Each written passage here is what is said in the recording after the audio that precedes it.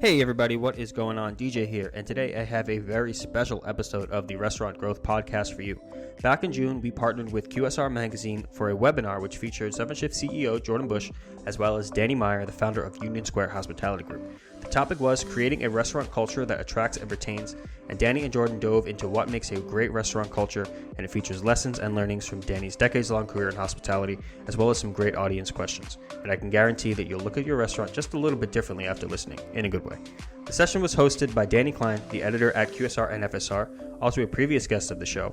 If you're more of a video person, you can check out the webinar in its full video form at our YouTube channel. I'll drop the link in the show notes. And without further ado, here's the full unedited conversation.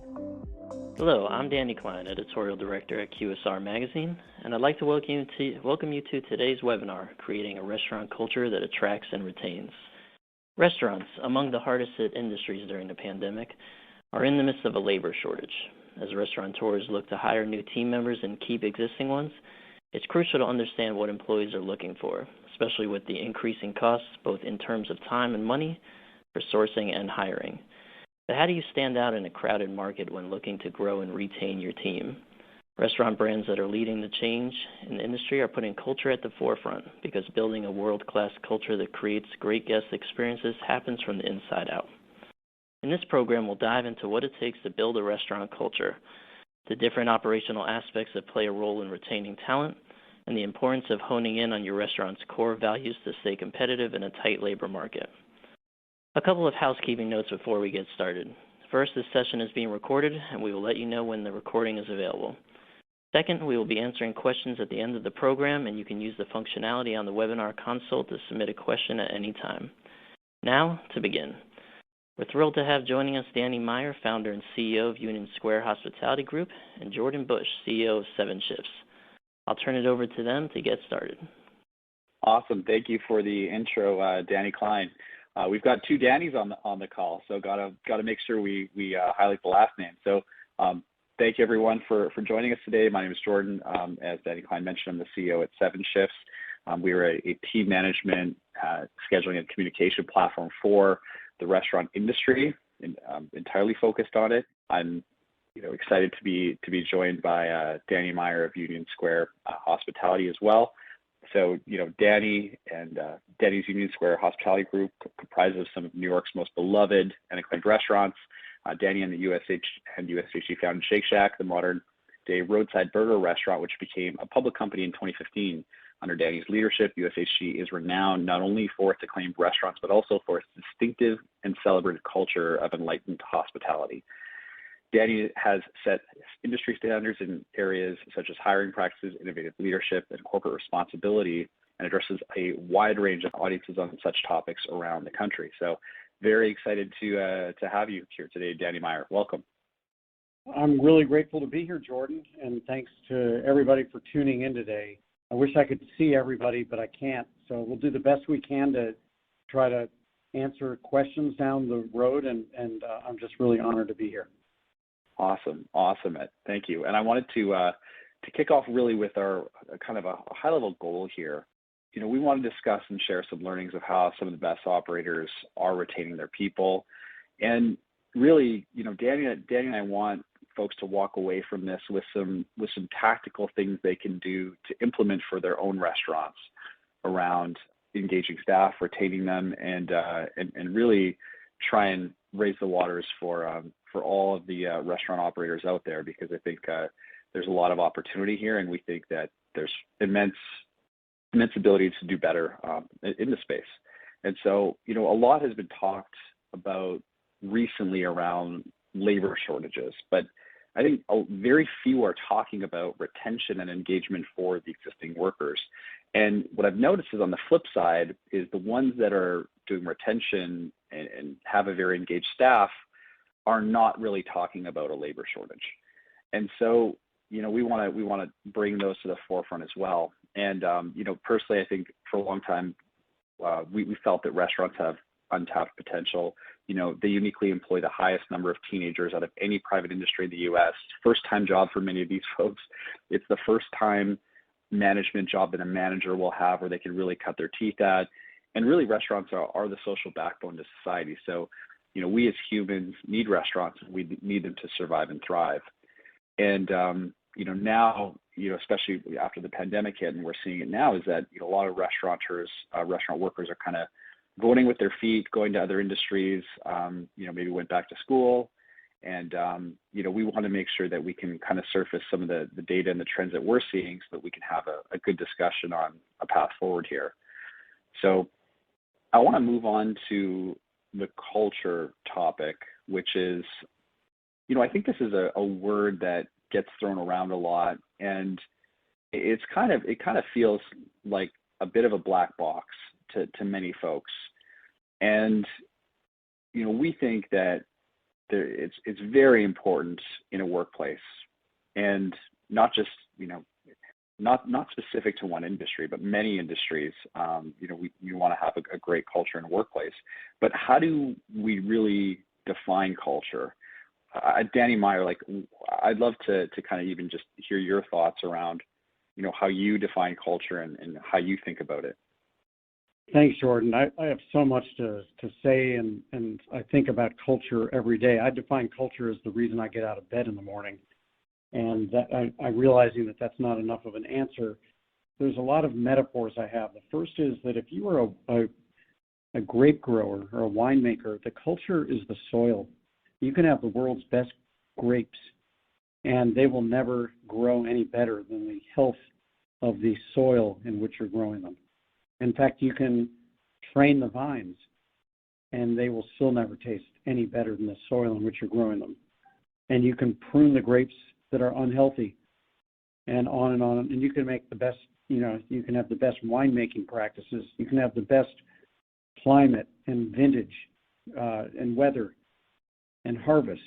It'll still never taste any better than the soil in which you're growing it. And I think that our people, including me, we're all like grapes, and we want to pick the best grapes and with the best rootstock possible, but it's really our job more than anything to take care of the soil. So now let's go a step further.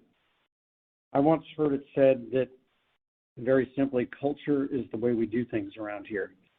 And that starts to get us somewhere. Interestingly, you don't have to work to have a culture.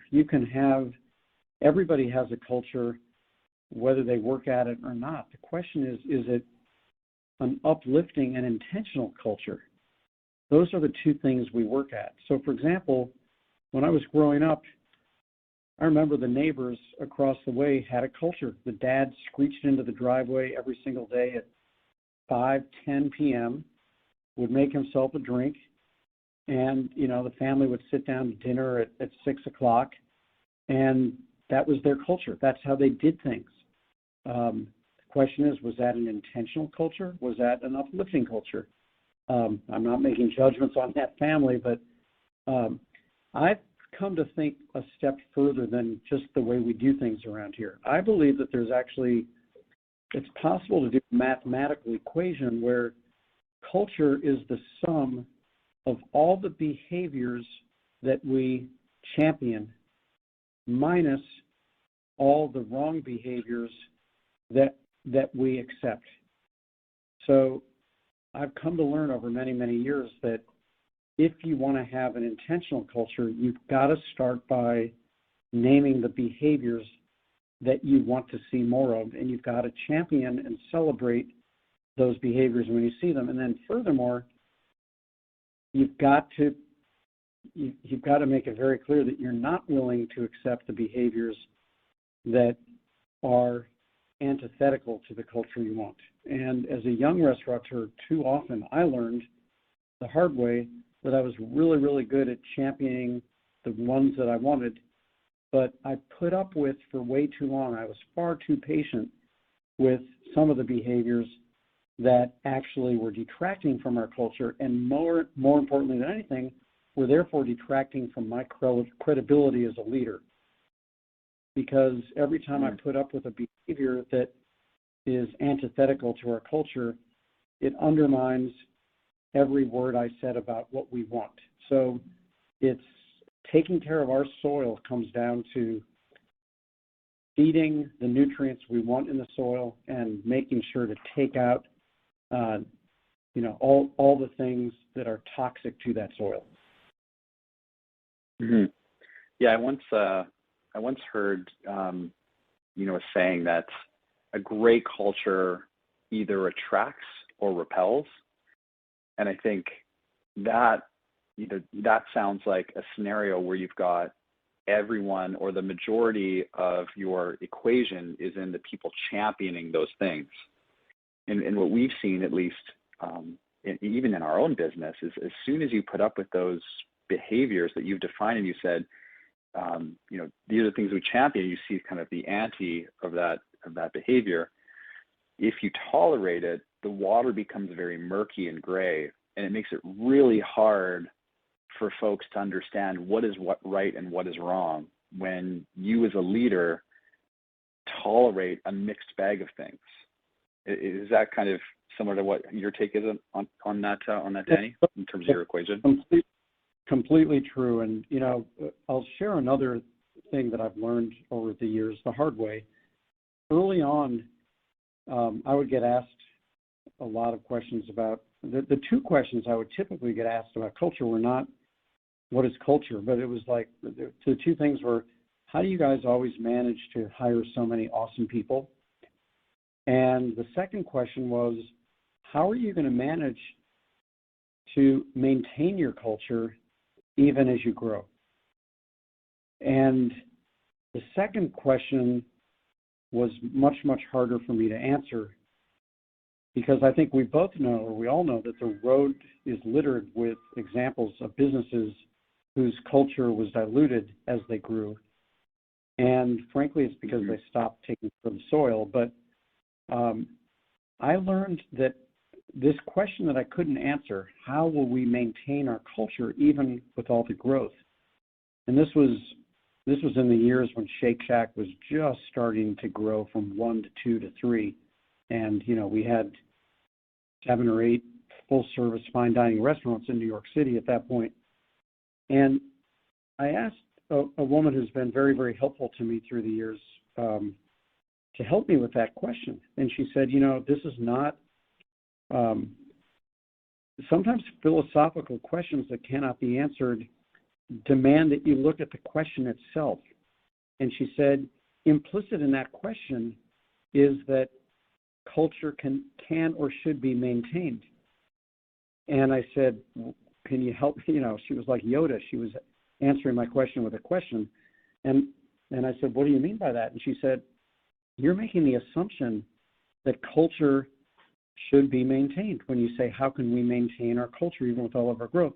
Culture cannot or should not be maintained. Culture, how we do things around here, is always changing and must always change if you're growing. Culture is very different than values. Your values should never change. The core values, the things that you would never change no matter what, how you treat people, whatever your core values are. But the way you do things, your culture has to change. And so she said, I'd like to urge you to reframe that question that you cannot answer and to ask yourself, if culture is like a shark, which must always be moving forward or it's going to die, it must always be changing, then maybe the right question to ask instead is, how can we use our growth to advance our culture? And what I loved about that is that I could then start to think about it very, very differently. And what I've learned more than anything is that every time we grow, I need to make sure that the people who get the promotions, both financially and professionally, are not just the people who are the best at doing the thing they do, but are also the people who are best for our culture. Because I know that staff members are expert boss watchers, and every single one of the staff members is watching when somebody gets a promotion. And if you promote somebody who is not only excellent at what they do, but also undoubtedly a culture carrier, that sends a very, very loud message to everybody. If I behave like that, something good's going to happen for me. And in that, our growth is actually helping us to advance our culture. And we've got to be resolute about not compromising that. Yeah, absolutely. I want to kind of dive in a little bit to our next area, which is around the kind of the core value aspects of things, and kind of what makes up those values. And so, I want to throw a question to the audience here, and do you have a clear, defined set of core values for your restaurant? It's just a simple yes or no question. I'll just kind of leave it for a few seconds here for some folks to answer. And while we're kind of looking at and waiting for some folks the questions to roll in. So I mean, looking at some of the responses here, about 85% said yes. Oh, it's kind of shifting here as I'm seeing things come in. About 70% said yes. 27% saying no. And I think a lot about these in establishing core values early on. I mean, how early is too early, Danny, to kind of talk and kind of work at establishing some of these foundational elements like core values? I don't think it's ever too early to do it, Jordan. I think that language is the mortar between the bricks that build culture. And we cannot expect the people in our organization to be mind readers and guess what behaviors we expect from them. And so I think the sooner that a leader can define her core values for their team, the sooner that the team can say, okay, now I understand not just what I'm supposed to do, but how I'm supposed to behave while I'm doing it. And I just think that the way we behave is truly the definition of what will create your culture. I also will share that these behaviors can change over time. I will say we've probably evolved our core behaviors at least 15 times since I first became a restaurateur, as I've learned more and more about communicate more clearly with people. And I think that the more you can make the behaviors very specific to your company, the stronger you will build your culture. And I'll tell you why. If you think about where does culture exist in the world, it exists in your family. It exists in sports teams. It exists in your college, the fraternity or sorority you belong to, your company.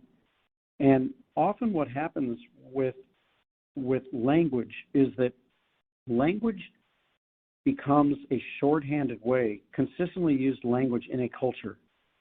You see this in religion, organized religion. Consistently used language in any culture does two things. It's a shortcut so that everyone here knows how we do things around here, but it's also a way to express probably the greatest human longing, and that's the longing to belong. So, Jordan, I'd like to know from you, what was your nickname in your family growing up? Oh, man. Probably like JB or it's probably JB. I didn't really have a nickname. George just doesn't even sound very good as a nickname. So I think it was just my initials. It doesn't matter if it sounds good or doesn't. The fact is that I never in a million years would have known to call you George. I never in a million years would have known to call you JB. But when your family did, it was a shorthanded way of saying we are all part of the same team and we belong. And I think that when a company or a restaurant expresses core values or expected behaviors, if you can do it in a way that everybody knows what you mean, and you use that language consistently, you're not only strengthening the culture, but you're strengthening a sense of we belong because we know what he means when he says that, or we know what she means when she says that. Mm-hmm. Yeah, totally. One of the things I thought might be worth sharing as well, because I want folks to have some great tactical takeaways too, is even just kind of establishing some of their core behaviors. And you mentioned that you guys have iterated on yours many times. For us, when we were 20 people at 7 shifts, and we we went through a small, really exercise to kind of establish our values, and myself and my co-founders identified a few, great top performers, kind of like undeniably folks that, if we could clone, we would clone them into infinity. That step one was identifying who they were. Step two, we actually then just kind of whiteboarded all these traits about these individuals that we thought were amazing.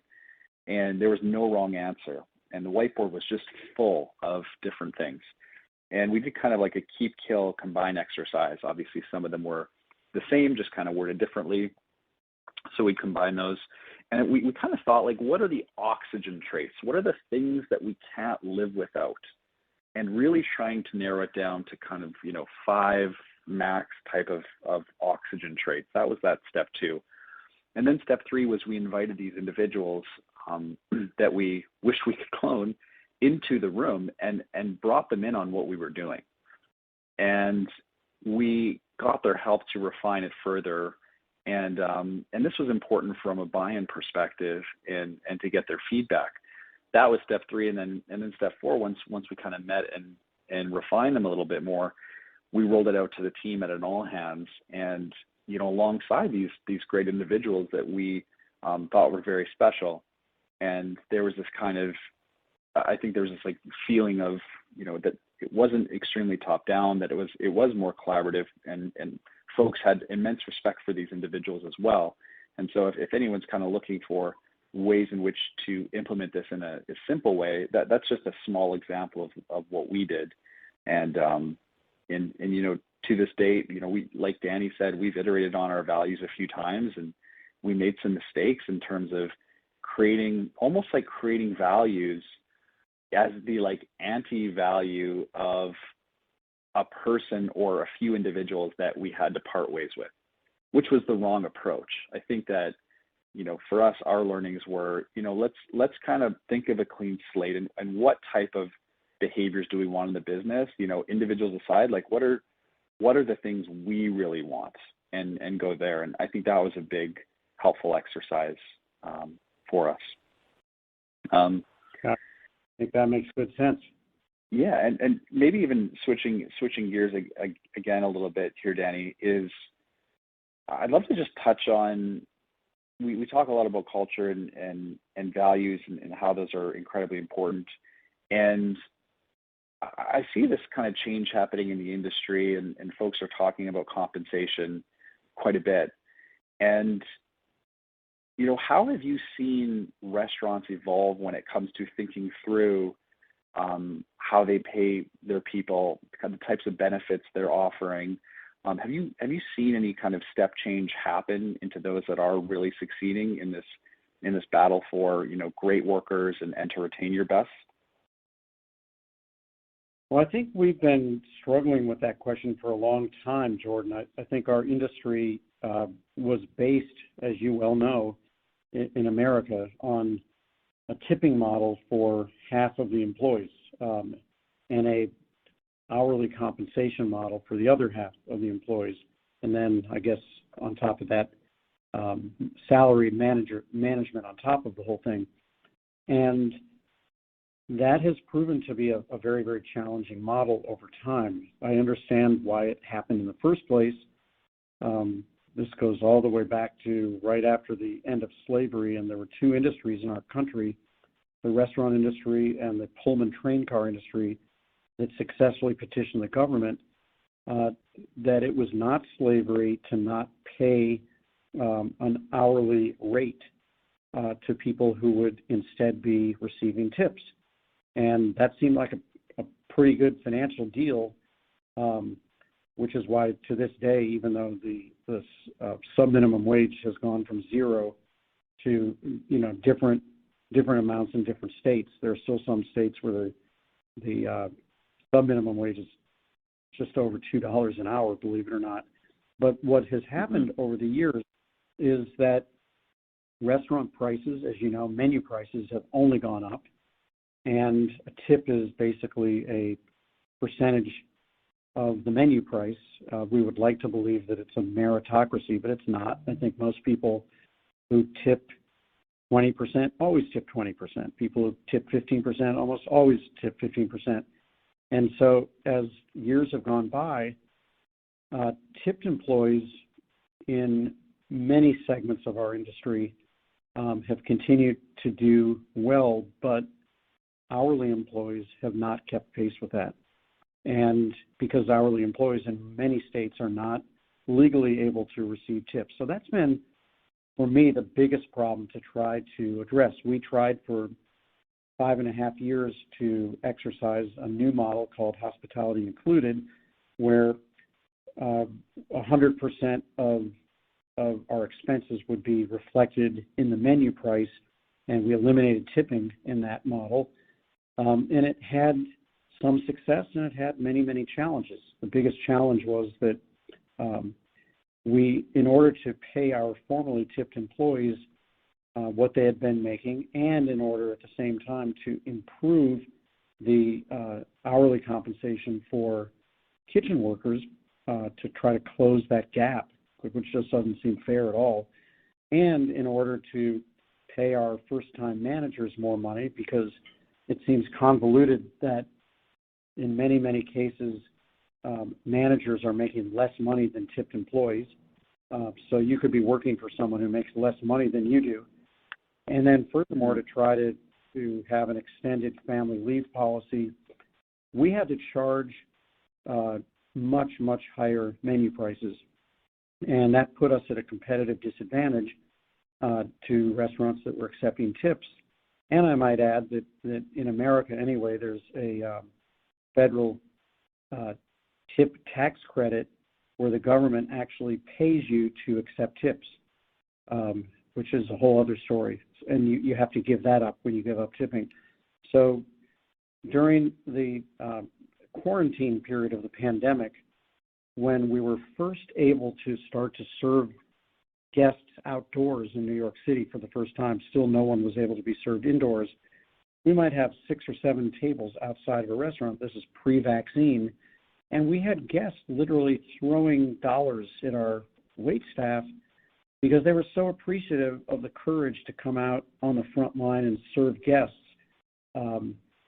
Even though it was not a safe time at all. And New York, had a lot of PTSD from the early days of COVID. And we just felt at that point that it was not in keeping with our culture of trying to be on our team side to say, you may not accept gratitude from a guest. And furthermore, you must tell that guest that they're not allowed to say thank you. So after 6 years of trying Hospitality Included, we shifted and we said, all right, tipping's not the problem. The real problem is the inability to share tips with everyone who played a role in creating that experience. So while we returned to accepting tips in the restaurant, what we began was to pay a revenue share, a percentage of our revenue, to everyone in the kitchen so that there would be alignment, and on a very, very busy night, everybody would win. And that has been a very helpful thing. I also think that a lot of compensation has to do with work-life balance these days. We have learned from our team members that they could actually accept earning a little bit less if they could have a much, much more flexible schedule and a much more flexible lifestyle. And so we're looking at that quite a bit. Mm-hmm. But there's no question that our industry, which has led the way in so many social fronts with respect to charging what we have to charge for responsibly raised vegetables and animals, but we haven't done a great job historically at saying, but it's people that we should really be paying more to, because if you really want to have a great hospitality experience in a restaurant, ladies and gentlemen, you have got to appreciate that it's people, and for too long our industry has not charged enough money to pay our people what they really should be paid. And it takes all of us to make these changes. Maybe with today's inflationary environment, if there's any silver lining in it, it's that there should be an opportunity to do something that politicians cannot do, and that's to raise the compensation for everybody. Hmm. Yeah, no, couldn't agree more. I think even just touching a little bit around that, you mentioned flexibility as being a very important aspect to some of these workers. And this echoes very, very true in the 4,000 restaurant workers we surveyed in 7 shifts. And the 3 reasons they ended up leaving the industry when we asked them, the number one was pay, followed by flexibility in their schedule. And the third one was manager recognition.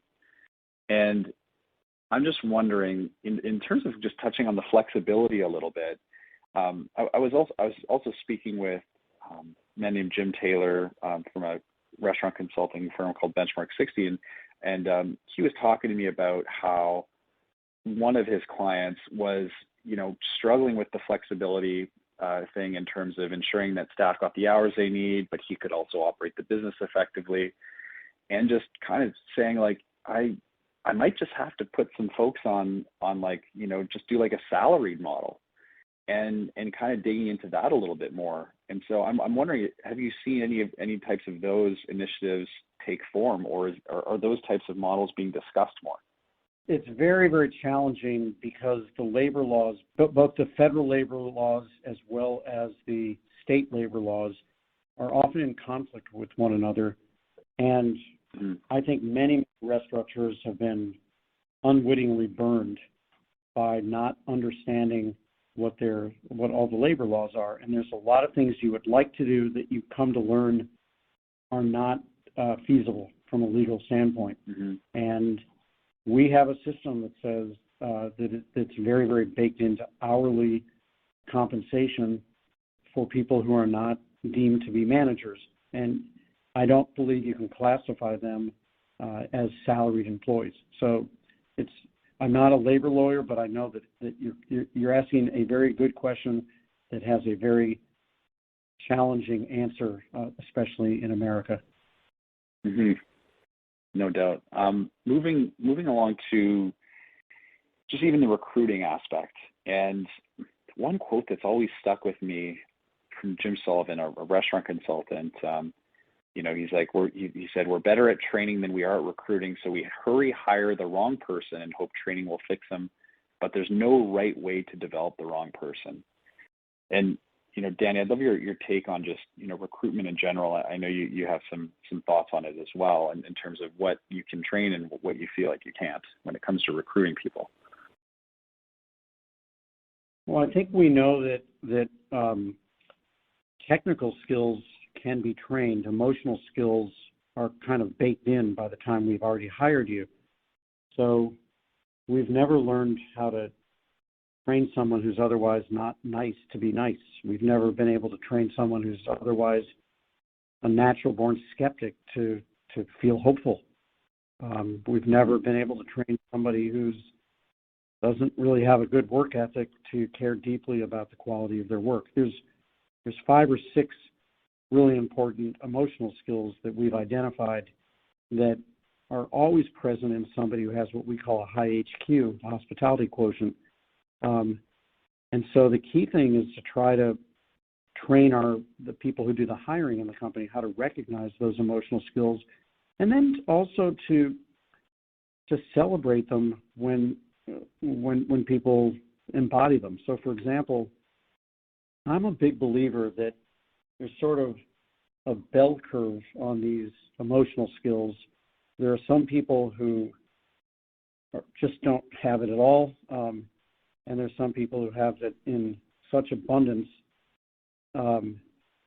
Sometimes the biggest mistake we make is to focus too much of our energy trying to change the ones who don't have it at all, instead of what we should be doing, which is celebrating the people who we sometimes take for granted because they come to work and they're not only great at what they do, but they just, they get the hospitality in and out. What we've learned is that by celebrating the ones that we used to take for granted, the rest of the people on the bell curve, i.e. most of us, are like sunflowers, and we turn where the sun is.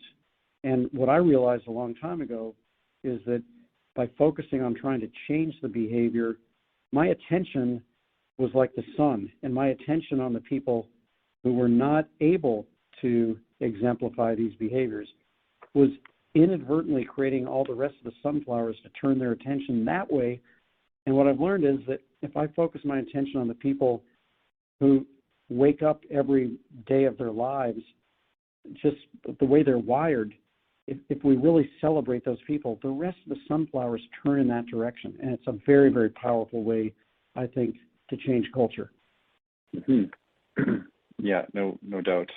In terms of even retaining folks on that side, say you've got these folks in and you've recruited them based on them demonstrating these core behaviors and values in the interview process, and you can train them for the rest. That retention piece it starts to kind of get interesting to me, and learning what other folks out there are doing right now to retain their talent. I know, prior to the pandemic, I'm not sure if this is still true, but when we surveyed folks, people were leaving the industry, high turnover, and a lot of managers didn't do exit interviews. 90% plus didn't do exit interviews. And, I think the silver lining is like a lot of this has changed into how operators and managers think about their teams, and really understanding that there's a huge cost to having a great person that turns over. And there's all sorts of numbers around $3,500 to $5,000 for a team member, $15,000 for a manager in loss of productivity, rehiring, retraining. And there is kind of, we're seeing more of a shift in understanding those kind of like time and call them, I guess, bottom line savings that folks are taking note on. What are some more tactical things are you seeing are you seeing anything out there that certain restaurant brands are doing that are admirable, that we think are great, that should be, that we can maybe even do as well, maybe on a smaller scale with some independence? And I'm just curious if there are any interesting things you're seeing some of these brands do who are doing a good job of retaining. I think that your question is germane to any organization. It's not just restaurants, mm-hmm. and it's not chain restaurants, independent restaurants. It's called people. And I think that mm-hmm. I've learned that people will take exactly as much interest in you as they believe you're taking in them, no more, no less. And so we want to retain people, right? So what we're basically saying is we want you to stay interested in us. Well, guess how the currency of that is to take an interest in them. And mm-hmm. this is not a magic bullet. You can't just push a button and have that happen. You have to invest time. It all falls under the category of servant leadership, which is when our leaders come to work every day, it cannot be a top-down, fear-based, do as I say management style. It's got to be a bottom-up. I am here for the purpose of helping you be successful, for the purpose of helping create a platform for you to do your best work. And it takes time, but it saves time. I promise you it saves time. Every time this is all very, very counterintuitive, because especially at a time when it's been so incredibly challenging to hire people, imagine how it feels for my leaders when I say, I know that you are 18 cooks down throughout the organization. And I'm telling you that even though you have 22 really, really good resumes of talented cooks, you're only allowed to hire 5 of them, because only 5 of those really talented cooks are going to be additive to our culture. That is not mm-hmm. an easy thing to hear. And guess what? It is a short-term pain, but it's a long-term win, because every time we put up with somebody on our team and we look the other way and we say, yeah, but she's a really, really good cook, and yet they're actually really diminishing our culture, we're only making more problems for ourselves. It's only going to get harder. It's only going to make the rest of the team look at us like we have 5 heads when we talk about the expected behaviors. And so we've got to be resolute. And I would say that today, more than any time in my entire career, we restaurateurs should not be looking at each other as if our restaurants are competing with each other. We're competing with ourselves to hire people who have a heart for hospitality. And I hate to say it, but if there's not enough of them out there, we've got to shrink our business until there is, because the good news is that we've learned time and time again that when you have the right people on your team, it will eventually, sometimes it happens very quickly, sometimes it takes a little bit more time, but you get a flywheel, and it's a snowball effect where good people want to work with good people. And I would say that our people are our absolute best recruiters, because when you've got an ACES culture person on your team, they probably tend to know other ACES culture people, and they want to work with more people like them. And so that's been a very, very positive thing. But you've got to be disciplined, because the obvious answer is, well, of course we have to make exceptions, and of course we have to make compromises because there's not enough people out there. I promise you that you will regret that. Yeah, I agree. I think one of the maybe even tactical ideas that folks could do is, starting with your comment around, not competing, but really competing with yourself and understanding your own business and understanding and taking an interest in your people. Maybe even, I've seen some folks even just surveying their staff.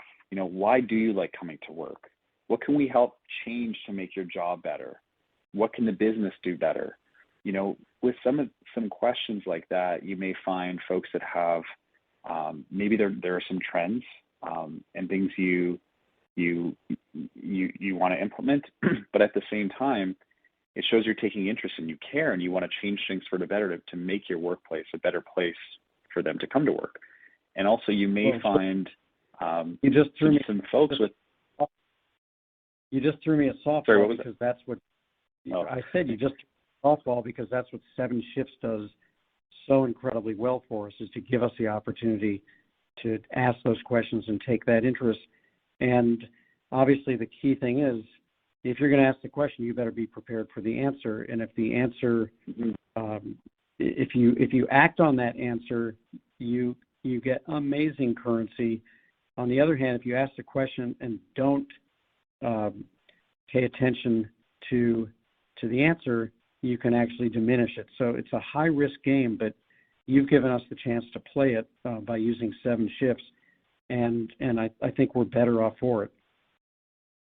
No, I appreciate that. And you hit that softball out of the park, Danny, I must say. I'm also kind of playing on that note is even just making those responses, to your point, like making them public.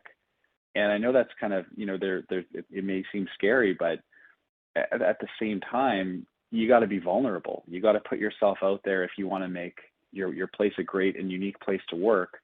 And understanding your people is the first part, and building that level of trust and transparency is going to be paramount to doing that. So anyway, something that we definitely practice at our company within our own teams is, anytime we survey our company, we make the results public at all hands.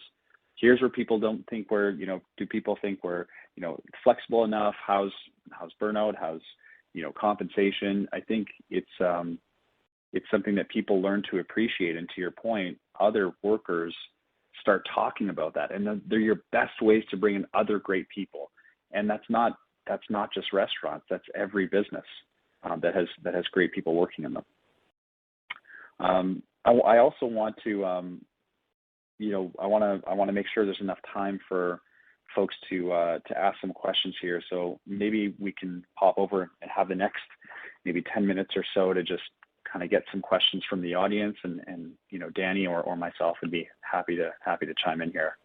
Great, thanks Danny and Jordan. So let's turn to some questions here. There are quite a few. Okay, we'll start with this one. So how much importance do you put into professional development of your teams? Do you usually create those opportunities internally or find external resources? Sorry, can you read that again, Danny Klein? Sure. How much importance do you put into professional development of your teams, and do you usually create those opportunities internally or find external resources? Yeah, Danny, do you want to take that one? Well, the answer is both. Actually, how much importance? A lot. And do we create those opportunities internally or find external resources? The answer is both. Matter of fact, right next door to me right now, we're doing a hospitality training class. And you may say, why would those guys do a hospitality training class? And the answer is because, you know what, until people are rolling their eyes because they've heard it too many times, we haven't said it enough. There's a great expression, everything has already been said, but not everything has been said superbly. And even if it had been, everything must be said freshly over and over again. And so we're constantly training. We do a lot of internal training, but we also sometimes bring in people from the outside. We created a wonderful development opportunity for some of our appointed Gen Next leaders called the How Institute for Moral Leadership. And we handpicked 8 people who we thought had great potential to continue to grow in our organization. And they had an opportunity to be fellows along with probably another 30 people from much different companies, different industries, et cetera, to learn really a lot about leadership. Getting back to one of Jordan's earlier questions, one of the biggest things we've learned about why people leave their jobs, and because we did a lot of that internal research here, especially when we were trying to rebuild our team after a year and a half of not being able to be in business, had nothing to do with compensation, and it didn't even have to do with necessarily the flexible work-life balance. It had a lot to do with not wanting to report to the person they used to report to. And we learned that people more often leave their manager than leave their job. And so there's just not enough training we can do for leadership. And it all comes down to servant leadership. I promise you, when we have that moment, we've all had it, where someone really good leaves our company, and you kind of slap your forehead and you went, oh my gosh, that person was, how are we going to get on without them? Invariably in the exit interview, if you chip away at it enough, it comes down to they left their boss. And so that is on us to create a servant leadership culture. They probably did not have a boss who came to work every day for the purpose of helping them feel and be successful. Right. All right. So the second question we have here for you guys, I was not surprised to see 77% respond that they have core values at their companies. I'm very interested in what percentage feels that there is adherence in their companies to said core values, which is often the problem. The end goal is becoming unwilling to accept anti-ethical behaviors and leading by example. Are there some key actions a company can quickly implement to effectively see the overall results they desire? Yeah. So is the question almost like how to kind of implement an outcome where some of those behaviors that you put up with, you don't want to put up with them anymore? Is that more or less how I'm interpreting that? Yeah, I think I read that question as, we all have core values, but how do you actually make sure people are living by them?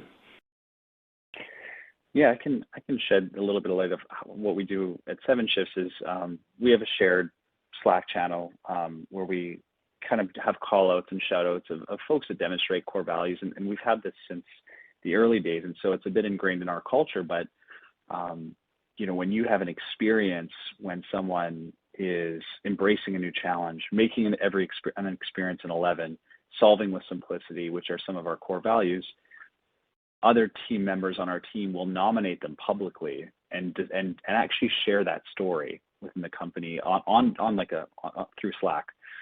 And what I do at the end of every month at all hands is I read all of these core value stories, and there's dozens, and even per category. And so it takes a little bit of time, but it's getting that story that you think is the best demonstration of that behavior and value and then reading it in front of the entire company as the one you chose to kind of make an example of and say, this is like the best demonstration. And so for us, it's, Danny mentioned it, you got to say things, hundreds of times.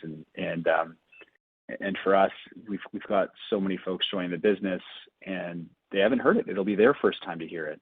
And so for those that have been there a while, I'm sure they get it, but it's really important to communicate and over communicate. But reading those examples is so important, because unless you consistently show what it means to demonstrate that core value, people will kind of interpret it in their own ways. So I think that demonstration and those stories really help. I don't know if you have anything else to add there, Danny, but. No, you did it. All right, well, the next question we have is for Danny. So I imagine organizational behavior was a natural fit for you and your way of doing business. At what point in your career were you able to put your finger on the concept of organizational behavior and its importance? Do you remember when the organizational behavior light bulb went off in your head?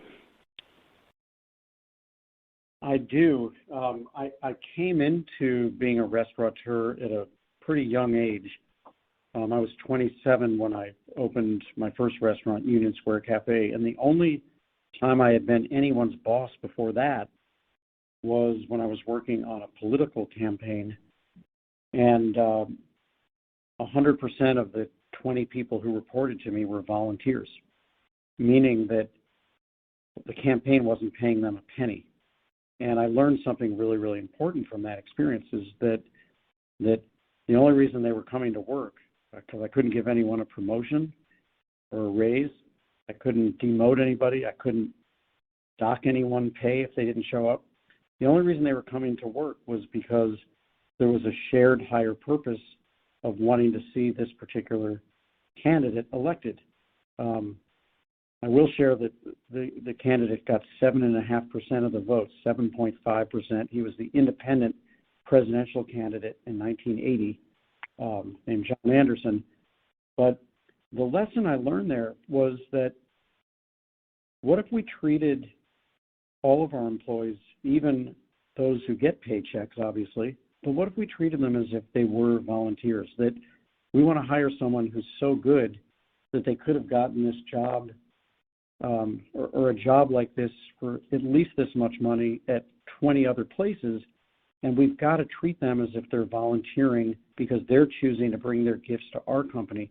Well, what that taught me is that the onus is on us to create a higher purpose for why they're coming to work. It's not just to be an order taker. People don't want to be a cog in the wheel. We learned a good lesson from a philosopher who's a great marketer named Seth Godin, who said, in the same way that we've got this tradition, take your daughter to work day or take your child to work day, that what we should really be thinking about is bring yourself to work day and give people the opportunities to bring their whole selves to work and respect and listen to who they are and provide, a place for them to belong. And then when you do that, kind of magically, they make your guests feel like they belong. And that's what we all want. Okay, and so our next question, I guess anyone can answer this. Are core values a top-down pronouncement? And if not, how can they be developed collaboratively with staff in an ever-changing, high-turnover environment? Danny, do you want to take that one? Well, I will, only because I'm sitting in front of a coffee mug that we created about 10 years ago with all of our quote-unquote core values on it, and we created a word bubble. There's probably 200 words on this coffee mug that we crowdsourced, and the joke was on me thinking that was going to be something we could ask people. It was great that we asked people from the bottom up what they thought the core values were, but we didn't then do a good job of bucketing and editing and distilling those. And, finally, as I said earlier, we've iterated and iterated, and we now have 5 core behaviors, which some would argue is too many, because you can't really expect to hold people accountable for more than 3 to 5 behaviors. So the joke was on us having 200 of these words, but now we have 5, but they all came from our team in the first place. And so what we ended up with, and then we shopped them all over the place to make sure we have buy-in, because if it's top down, the 2 things that I can promise you won't work is top down in the first place, and then worse yet, if it's do as I say but not as I do. And so I know that every leader in our company has to embody these, because if our leaders don't, it completely diminishes all of our credibility. All right, well, everybody, that's all the time we have for today. Many thanks to 7 Shifts for making this program possible, to our audience for attending, and of course to Danny Meyer and Jordan Boesch for sharing their insight. As mentioned, the program was recorded, and you will receive an email letting you know when that recording is available. Thanks again, and have a great day. Thanks again for checking out the Restaurant Growth Podcast presented by 7 Shifts. We're so grateful to our listeners, and we'd love to hear from all of you. Send us an email to podcast@7shifts.com and check us out on social. We're at 7 Shifts on all platforms. Don't forget to hit that subscribe button, and we'll see you next week.